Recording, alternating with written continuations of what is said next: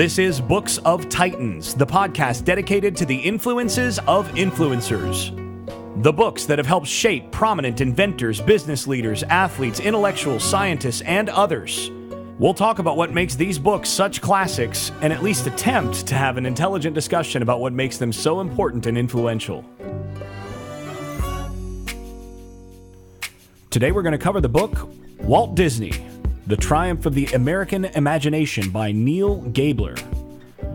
Eric is the one who chose and read this book, so I'm going to be interviewing him about the book.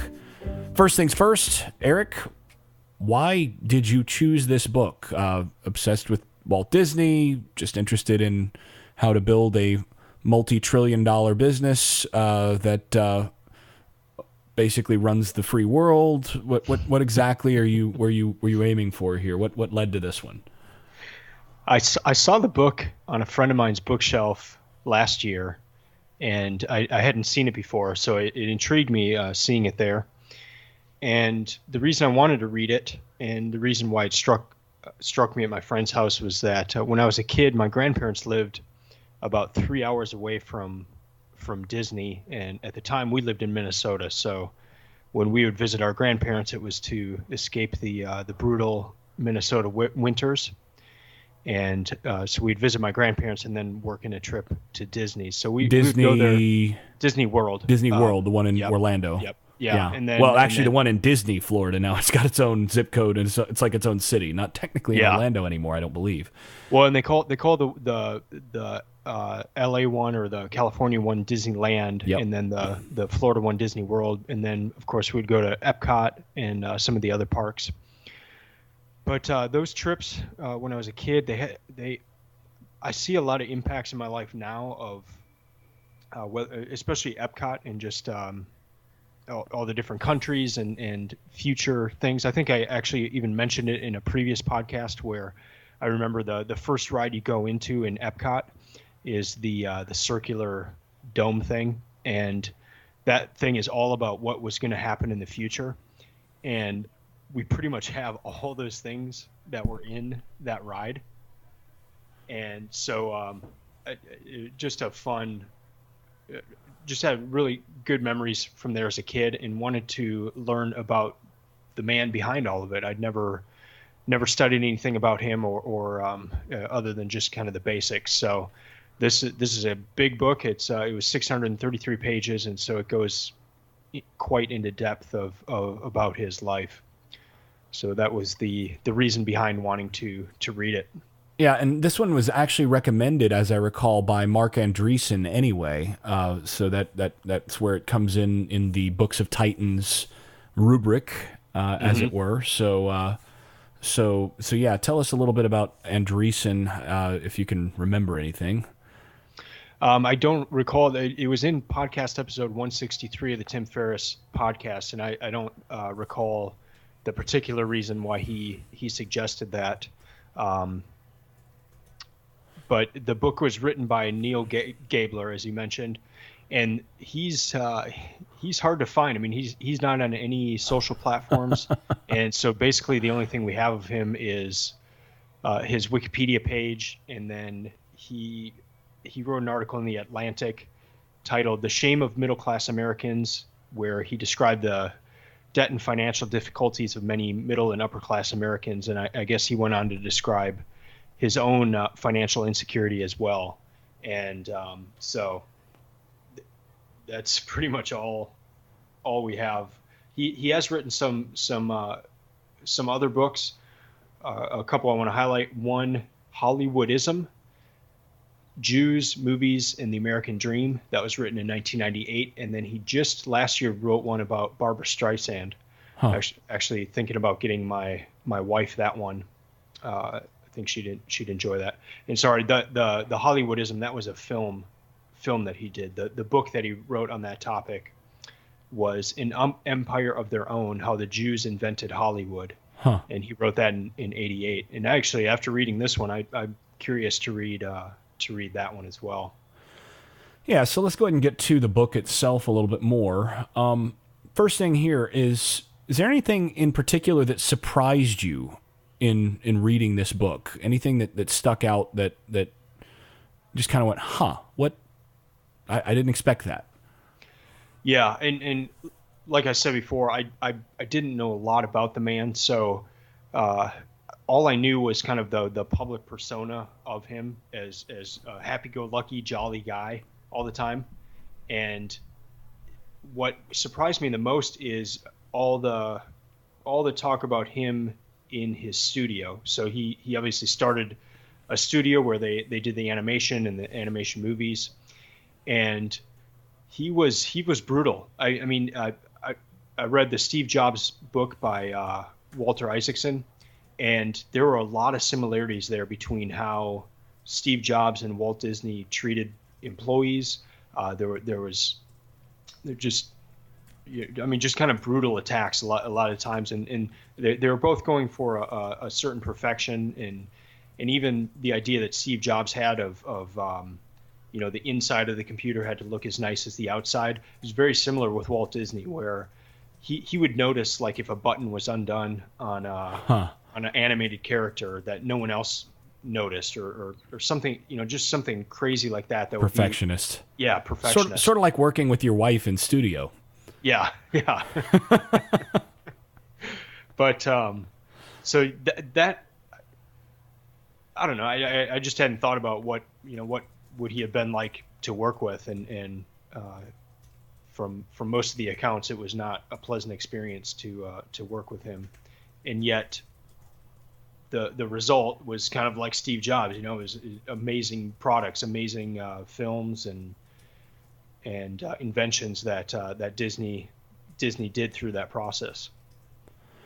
Yeah. So, what would you say, aside from his overall attention to detail and obsessiveness in that regard, what would you say are the things that really differentiated Walt Disney and made him successful after reading this book? What was his secret sauce? Well, one was his imagination. The first full-length feature that they did of an animated movie was Snow White, and he would come into the studio and he would act out the entire movie of how he wanted it to be, and he would do that multiple times, and it would take him 3 hours to do it, because he would act out every single character, and he would do the facial expressions. Like, the animators would actually get the ideas for facial expressions for the different characters from Walt doing this this play-by-play of the movie.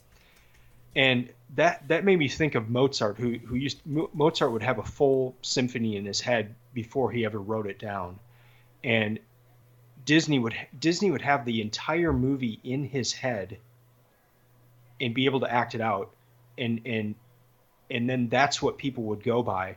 So that really stuck out to me as a magic sauce. I mean, it's a true visionary. Yeah, to have that ability to have that much information in your head and recall it and then perform it over and over and over without missing a beat is unbelievable.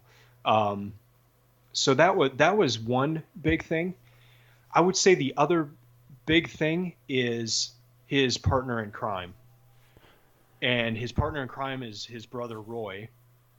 And Walt, somebody in the book stated it this way: Roy's great desire in life was to stay out of debt. Walt's great purpose in life was to stay in debt. So they were a good match, because as you said, Walt was the visionary, but Roy was the businessman, the guy who got the finances in order.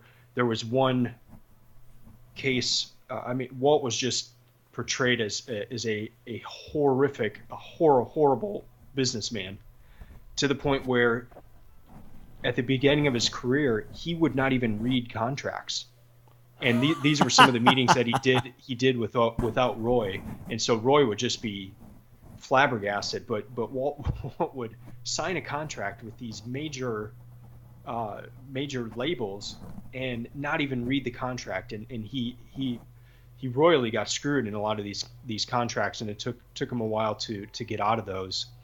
and eventually they did. But yeah, if Walt Disney didn't have Roy working with him on the business side of things, we wouldn't know Disney as he is today. There may have been a few movies, but they would have run out of money pretty quickly. But on the other side, you can't just have a Roy Disney either, who's good at managing the books. And in that respect, it made me think a lot about other partnerships that we've seen, where Steve Jobs and Woz. You've got and also later on, Steve Jobs and the current CEO, the person who succeeded him as CEO, Tim Cook. Yeah, Tim Cook. Jeez. Yeah. I was actually talking recently with someone who worked with Tim Cook for a number of years, and he was telling me a lot of stuff about Cook and what makes Cook so impressive. And it's exactly that kind of contrast with somebody like Jobs that would have made Cook so instrumental in Apple's success in Jobs' second stint, because he could handle all of these other aspects of the company. He was COO, operationals, chief operational officer or chief operations officer, and handled all that stuff that the visionary leader didn't always want to consider. Supply chain, all that stuff. You've got to have that. And I'm reminded, there was one of the books that we covered last year that discusses the importance of finding. Of artists finding their opposite, or finding someone who can support, who can provide that rock. And it's escaping me which episode that was, but it definitely me as well. But I do remember that. Yeah, it was. I want to say it might have been Bird by Bird, or one of the show. It might have been Show Your Work as well. It could have been either one of those, but it also could have been any of the other ones that we recorded. But it seems like it might have been more likely to be one of those than some of the others that we discussed. I don't know if you have any inclination of which one it was. Yeah, I don't recall, but I just remember the you know what? It was probably The Artist's Way. Yeah, it might have been that one. Because like Gates I wish I'd remembered that, but was it Paul O'Neill who Gates had? Or, yeah. So you've got these visionaries, but there's always Paul Allen. I think you mean Paul Allen. Yeah. Yeah, Paul Allen. Yeah. Yeah. But there's always a balance. There's always got to be a balance with that visionary.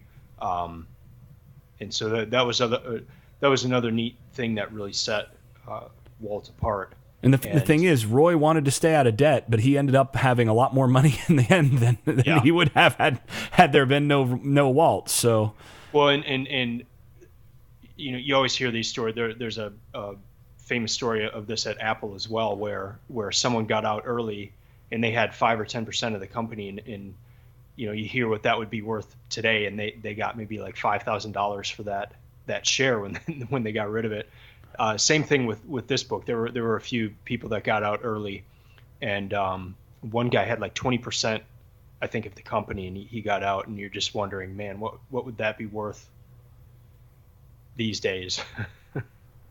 if that guy still had 20% of the company. Yeah, and well, let's think about this too. So you're talking about how Walt found ways to consistently put himself in debt. What are some of the setbacks that this goes through? I mean, Walt had. I mean, this was not a linear development of what became the juggernaut that is the mouse today, that is Disney today. What are some of the more notable setbacks that this book goes through, and what made them especially notable? Yeah, one was in the early 40s. So you've got World War II going on, which really didn't affect the. Well, it did impact the studio later on, but like the Depression didn't hit the studio at all. But the strike was one of the first big tests. And at the time of the strike, they had 1,200 employees. After the strike, they had just a little over 600. So they lost like half of the staff, and that was probably one of the biggest setbacks in Walt Disney's entire life, because he was a visionary, but he also had this idea that everything was going to be a utopia. So he was creating these animations, and it was his ideas, and he was working with creative types, and they were in this group together doing these amazing things. and he wanted that camaraderie to be there in the studio. And when people started getting upset and threatened to strike, and then did striking, that destroyed Walt's idea of the studio as kind of being his safe place.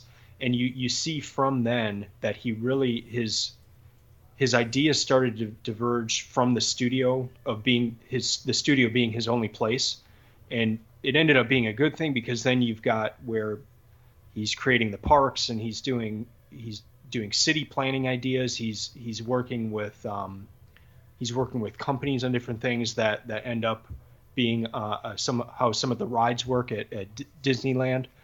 And all those things may never have happened without the strike, but he always said the strike was the thing that just really crushed his spirit. And then the second big thing is, and this is so tragic, but him and Roy, once they got somewhat successful, which even when they were successful, they just kept putting almost all the money back into the company. But they finally had some money, and they bought their parents a house close to them.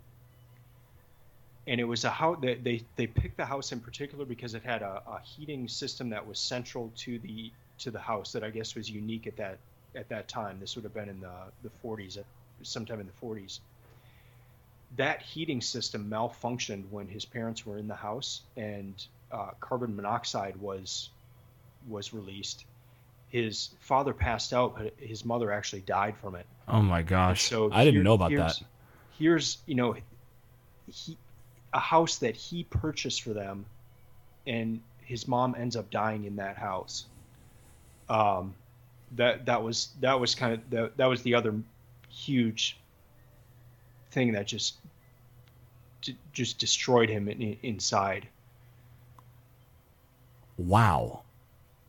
So I imagine that had a lot of impact on him for the future. What came immediately after that? How did he recover from that? Or, I mean, obviously you don't really ever completely recover from that, but Walt was an interesting guy. I mean, he only went to one funeral that the book talks about. And the book actually doesn't go into a whole lot of how he dealt with his mother's death. The closest thing is seeing that he didn't really go to anyone else's funeral. And even when, so he was a chain smoker and ended up dying of lung cancer. But even when they found the lung cancer, and they told me he had 6 months to 2 years, him and everyone in his family, they just kind of denied it. Like death to him, it wasn't real. There was just this, it was like he was going to imagine himself out of that situation. And so the book actually doesn't talk a lot about how he dealt with his mother's death, just because I think he avoided it. Interesting.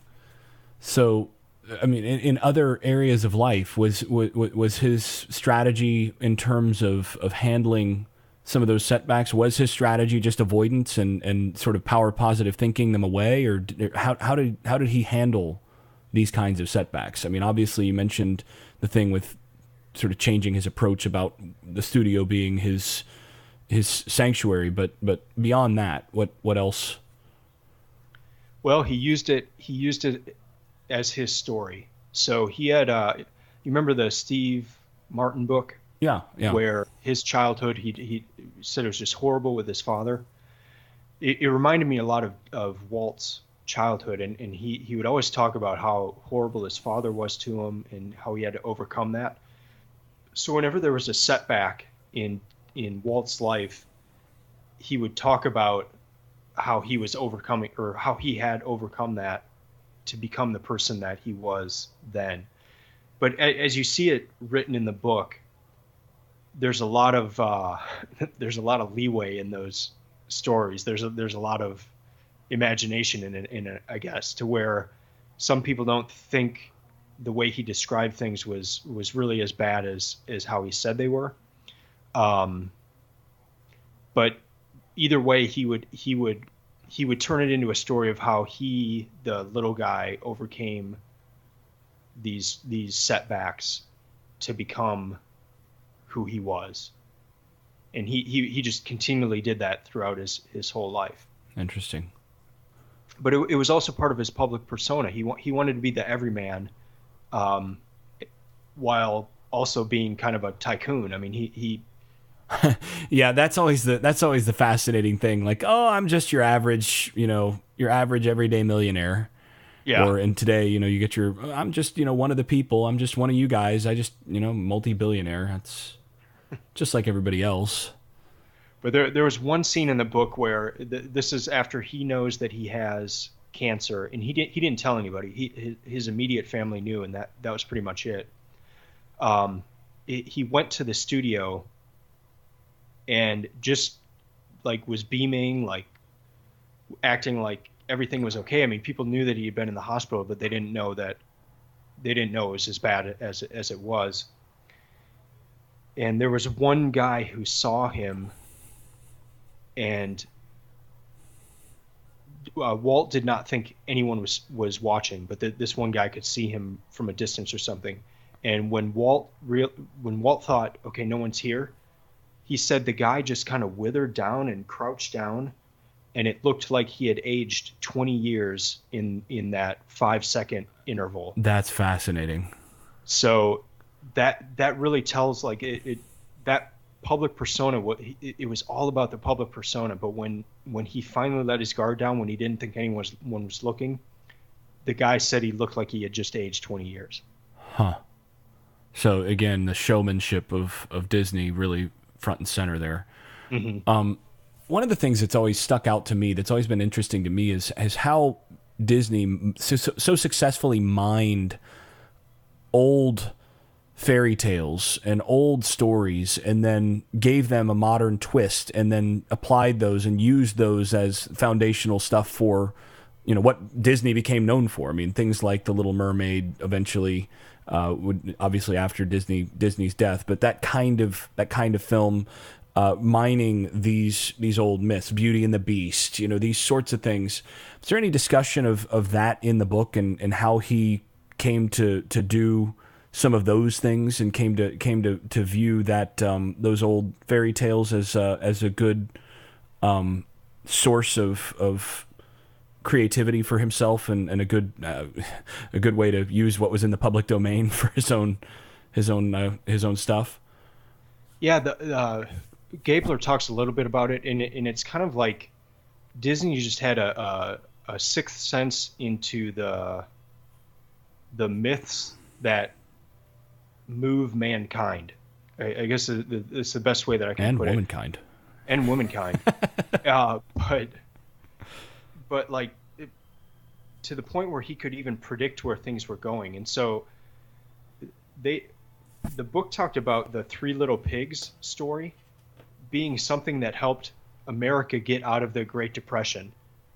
As odd as that sounds to us now, but there's the song "Who's Afraid of the Big Bad Wolf?" The Big Bad Wolf, and like that song became an immediate cultural phenomenon. People were singing it, and so it was like that movie told the story. Gonna be stuck in my head when I go to bed tonight.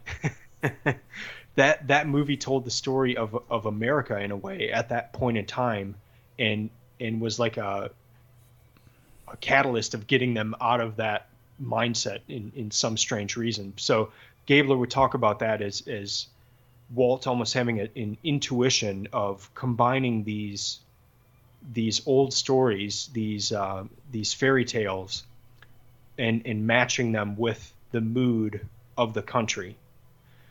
So that was one really cool thing. Another thing is, like, where he would get inspiration, a lot of it was from his daughters. So his daughters would be just reading a book, and he'd be, "What book are you reading?" And they would tell him the story, and he would just get so enraptured with the stories, like, "We have to make that into a movie." And so he would hear of stories that way. He was known as someone who didn't read hardly at all, but he would read. I mean, he would read scripts, but I think he just kind of he would hear a story, or his kid would be reading a book, and he would take it from there, and then with his imagination, he just, it would kind of create, it would become a life of its own. Yeah, and one of the things that's interesting, if you in talking about knowing where these things are going and all that, is how he typically twisted. He always gave his own characteristic twists to these various stories, particularly in giving them happy endings. I mean, if you read the original fairy tales that he's pulling these things from, they don't end well, right? Little Red Riding Hood does not end well. I mean, it's just not.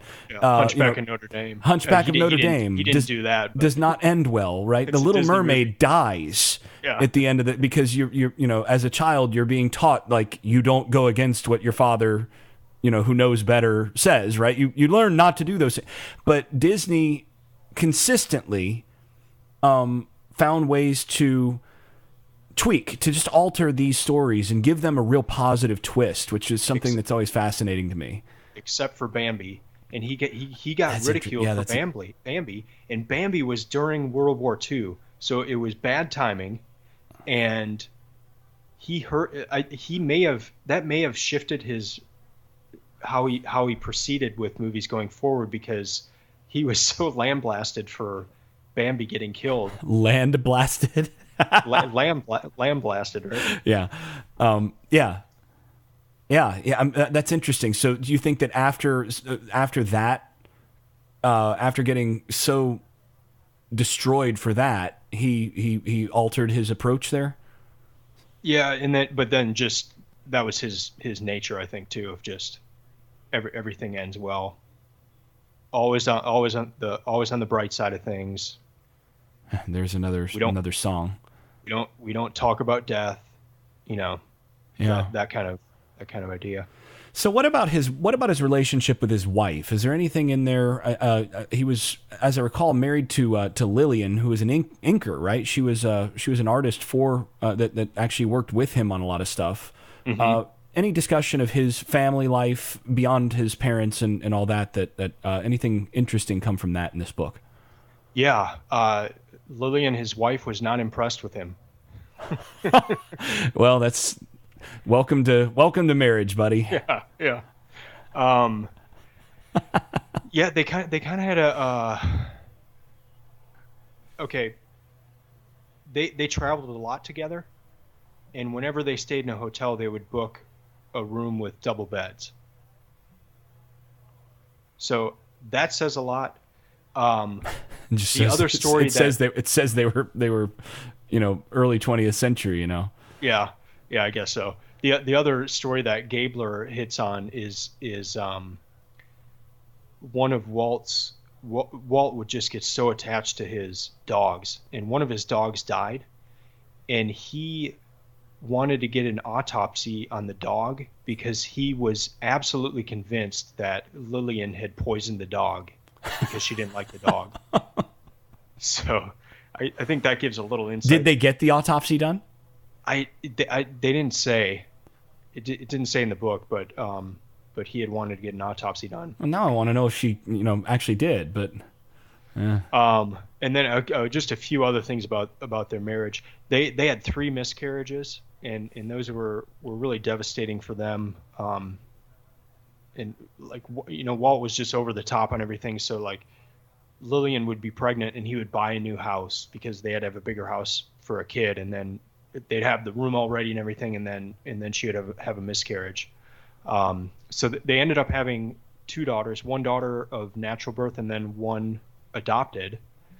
And they never talked about adoption. Like that was just their child, except the daughter that was adopted, some kids were teasing her or something one day, and so she asked her mom if she was, and her mom just said, "Yeah, you're adopted."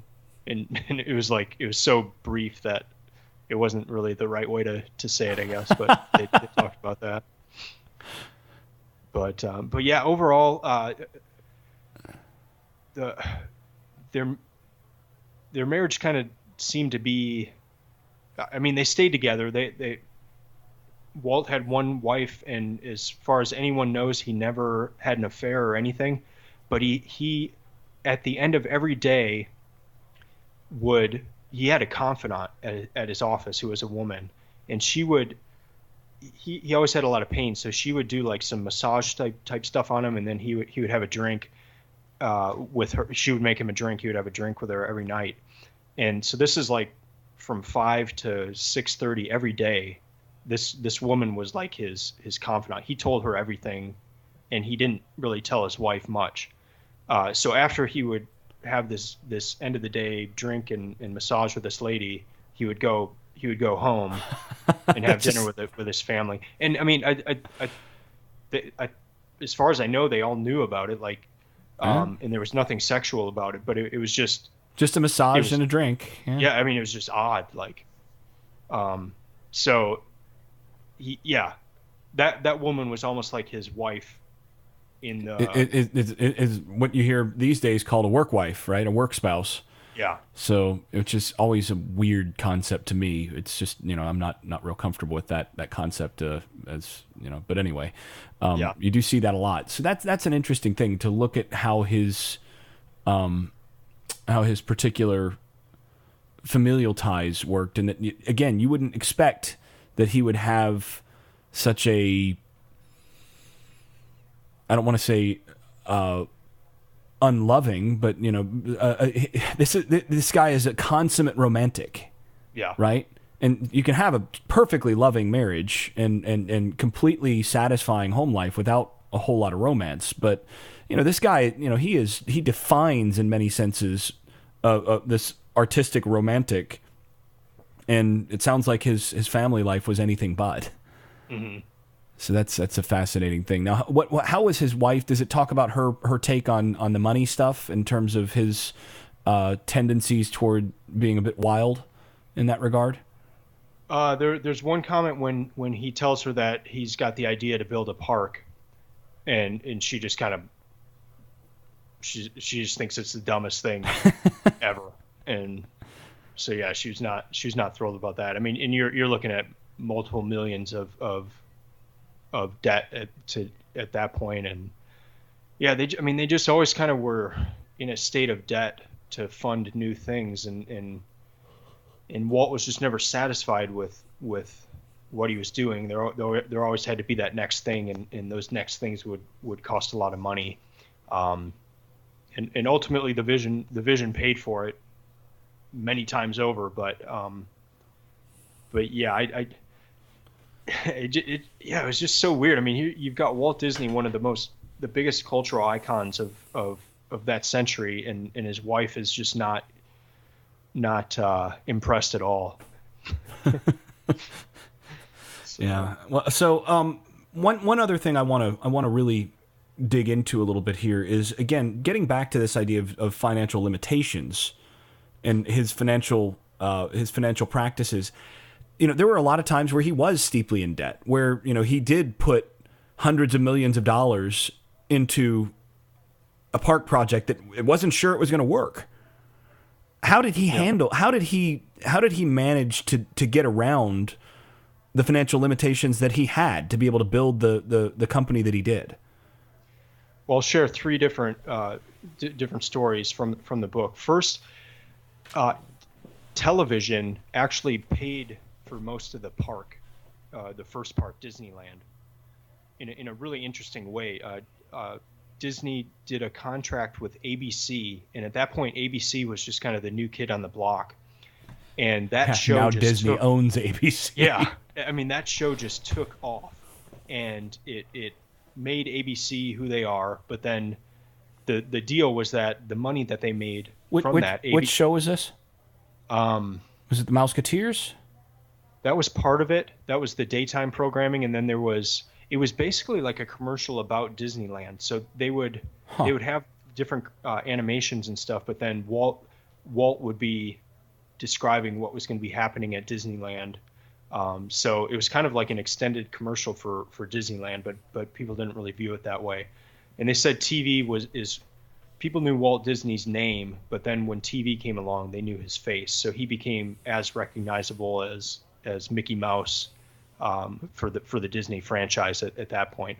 So TV paid a lot of the way for for Disneyland, the creation of the first park in California. The two other stories of just financial prowess, and I don't know how much Roy was involved in this, how much of this was Walt's idea. There was a point in time where they were getting ready to film for the movie Treasure Island, and this was going to be a live action film as opposed to animation.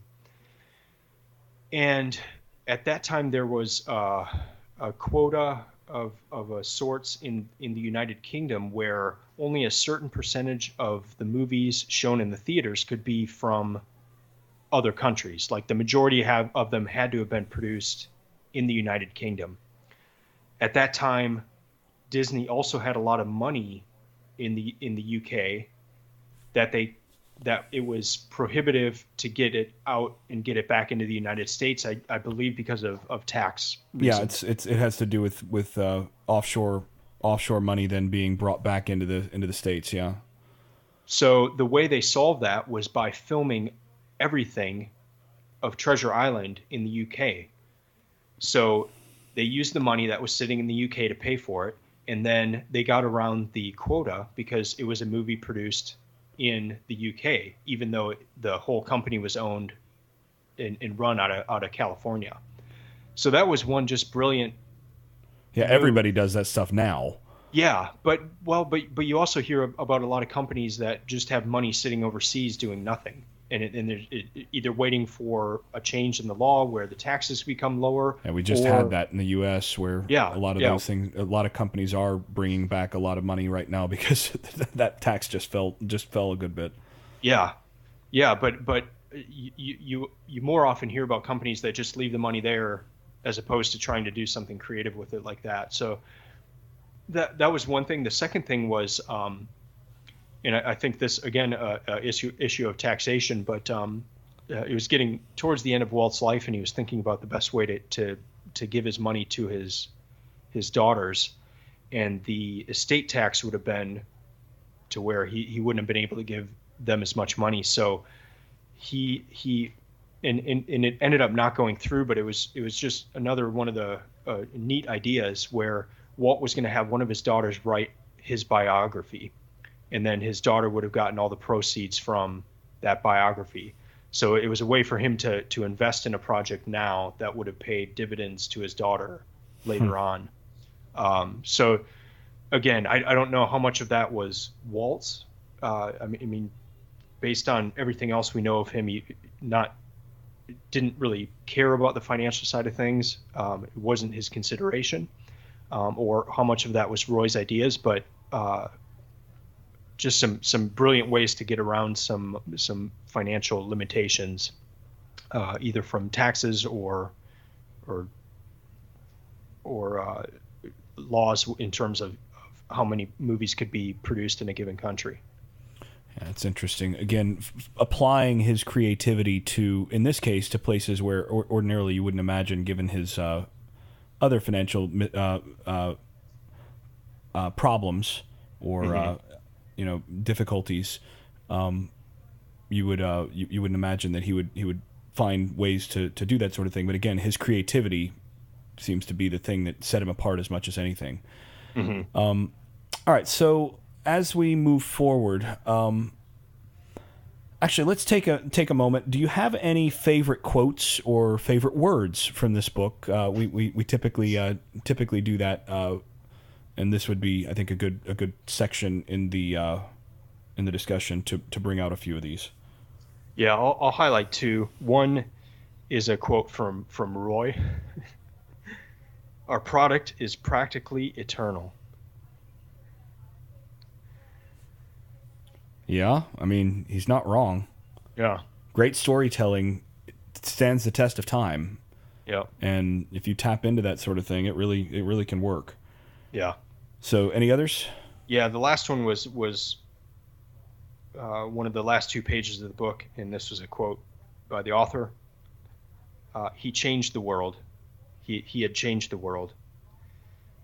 And very simple, but I don't know, after reading through 630 pages and seeing all that he had done, all the ideas, and not just animation, not just movies.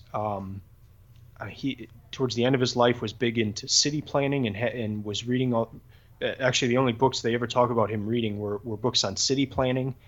He founded California Institute of the Arts, something I had no idea about.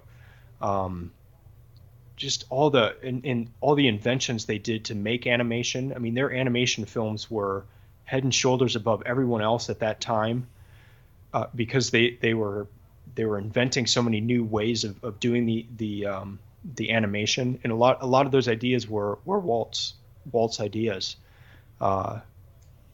and for that to be kind of the last thing he had changed the world. It was I would have to say it's true. Yeah, I mean, there's no questioning that he's one of the most influential figures of the 20th century. I mean, I think if you had to name 10 figures that were more influential than Walt Disney in the 20th century, I think you'd be hard pressed to do so. I mean, obviously there are some really negative figures on that list. I mean, Adolf Hitler was one of the most influential figures of the 20th century due to what he did. Mm-hmm. But I mean, Disney's probably on that list. Culturally. In terms of his lasting contribution to society and culture, I don't think there's any question about that. Mm-hmm. So let's go ahead and wrap this with the final question here. Who then? So as you're reading this, who does Walt Disney most remind you of? So, you've just spent 600 pages learning about this guy. And are there any similarities or any characteristics that remind you of anyone else? Who is more of a modern Walt Disney, or who does he remind you of? He reminded me a lot of Da Vinci, and I've got the Da Vinci book on my list this year, and so I may take that statement back. But from what I've read about Da Vinci in terms of his interests, the way he approached things, I mean, even the animators would study. Walt would have the animators study carcasses and to learn how the muscles worked, and learned how that. And Da Vinci was very well known for doing that, where it was, you're not supposed to do that at the time, but he would get in and cut open the bodies to see how the body worked so that he could paint it better. Da Vinci was an inventor. He had interest in all sorts of things. And that was Walt in many ways. I mean, it wasn't just animation. It was all sorts of things, all sorts of inventions.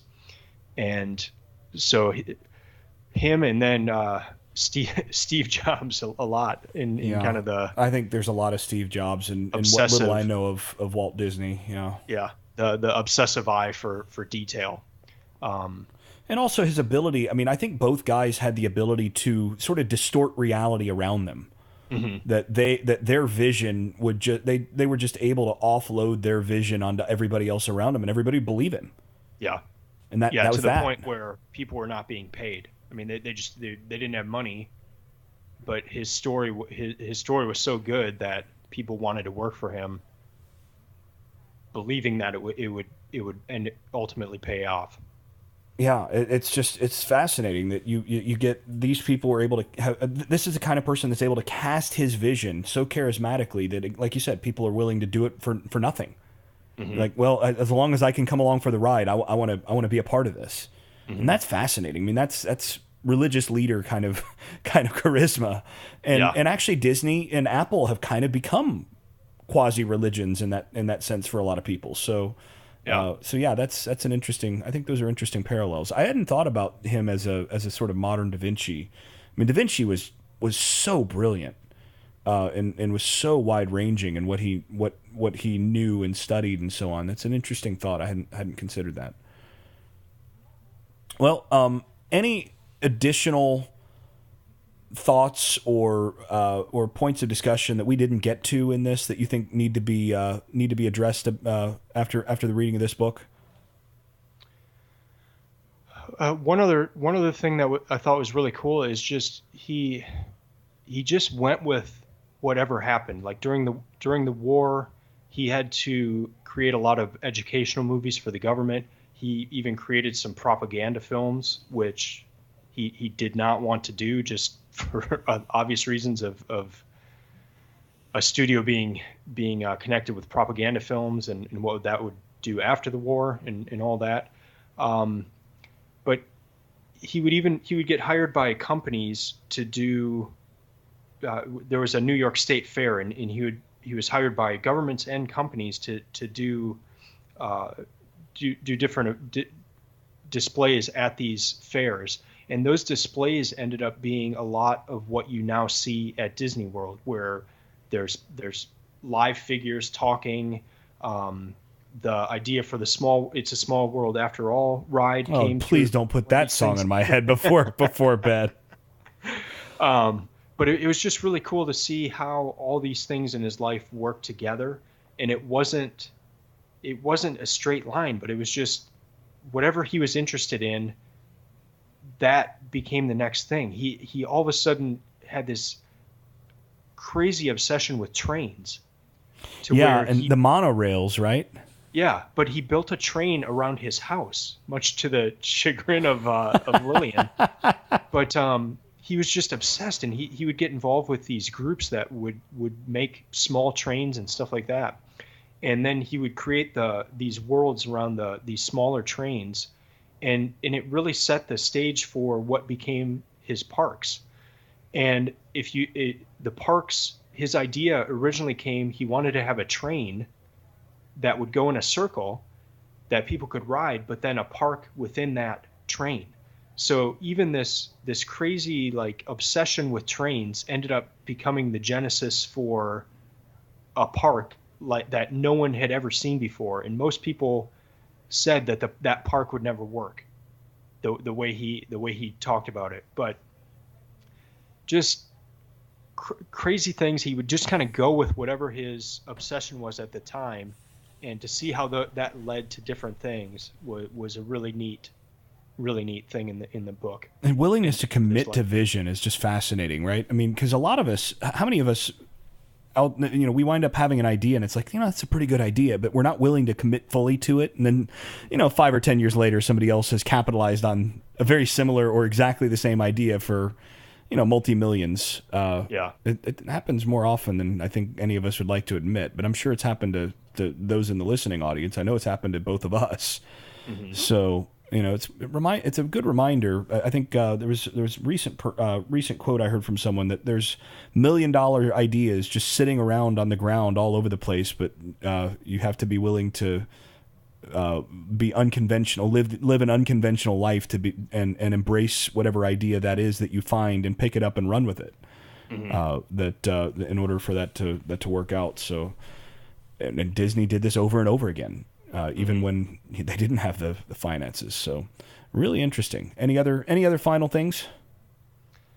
I would just say if you like Disney, if you like the movies, if you like the parks, I think you'd really enjoy reading the book, just kind of seeing the story behind it.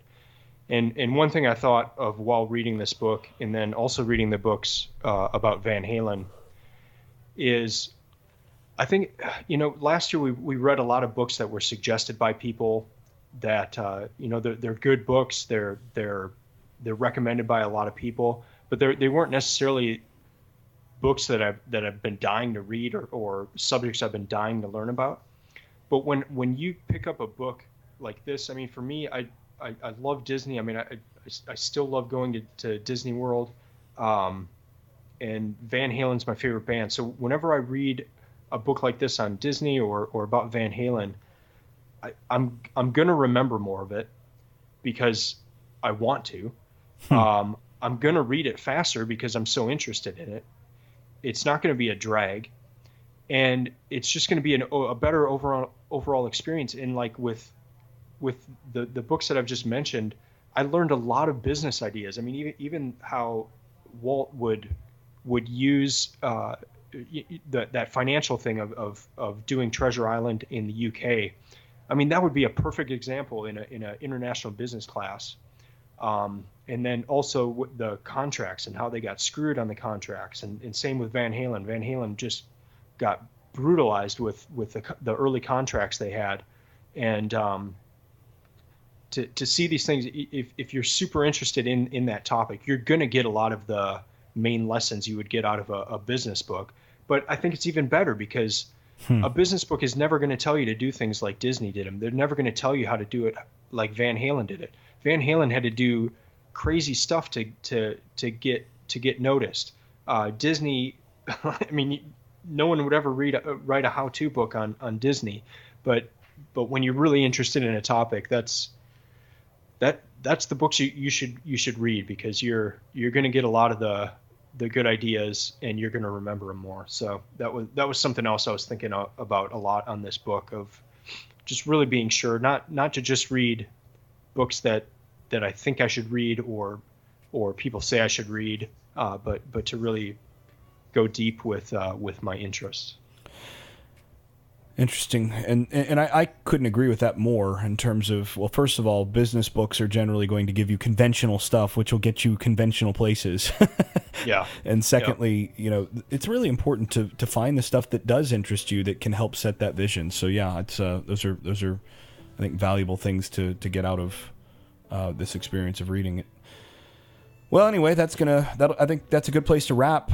So before we get out of here, just a reminder, you can follow along with us at booksoftitans.com. You can interact with us on Twitter or Instagram at Books of Titans. And if you haven't already done so, you can subscribe to this podcast. You can find all of our past episodes, which include a range of books, including some unconventional business books, some that challenge the conventions of things, some a little bit more conventional, and a number of books that are just completely out there in other areas, including some fiction and all sorts of other things.